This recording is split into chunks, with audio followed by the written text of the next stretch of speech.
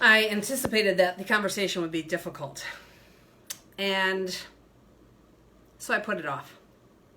Have you ever done that? I convinced myself that it was okay. Things got better. Maybe I didn't really need to say something.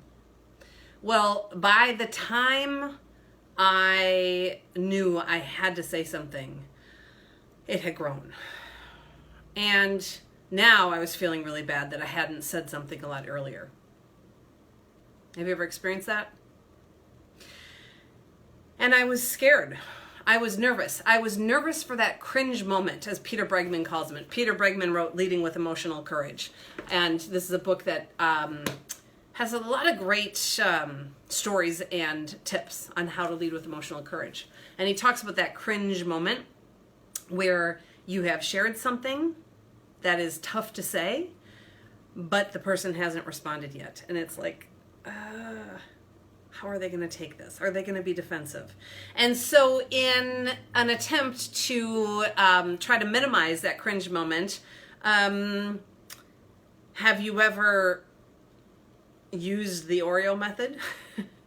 You sandwich in something really positive and uplifting, and then you share the hard truth, share your hard message, and then you end with that positive again. Well, unfortunately, what that leads to a lot of times is somebody being confused. You sort of beat around the bush and you say, I wanted to let you know what a nice job you did in that board meeting, and how you really showed up on time and you were prepared, and the person's like hearing it, but they're going, yes, but there's something in the energy. And so instead, I want to encourage you to lead with the punchline.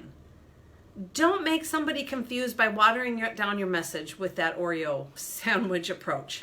Now, that doesn't mean you can't use a soft startup. As a matter of fact, you should use a soft startup. And that is something like, hey, wanted to see if you could talk for a minute so I can give you a little bit of feedback about that board meeting. And then you go right to what the point is. I was upset that you weren't more prepared with the research. It seemed as though the meeting did not go as well because you hadn't done your homework. And I wanted to talk through this and see how I can support you so that we can loop back and follow up with the participants with that research, and so that we can build a stronger case moving forward. Now the person knows exactly what your message is because you've led with the punchline instead of trying to beat around the bush. And so next time you have something difficult to say, I encourage you to think about what's the soft startup, how do you deliver the message with courage, but also with compassion so the person can receive it. And then remember that curiosity piece, asking a question, partnering with the person, coaching them. That's critical.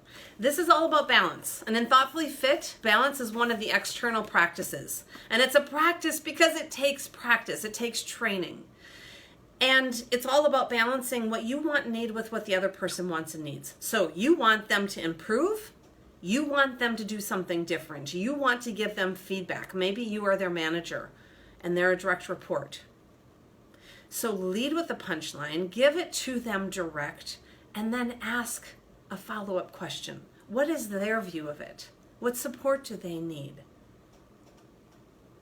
And make sure that it's a conversation and not just a one-way. Good luck. Let me know how it goes. Thanks for joining me. I'm Darcy Loma. We'll see you next week for our Thoughtfully Fit Thursday.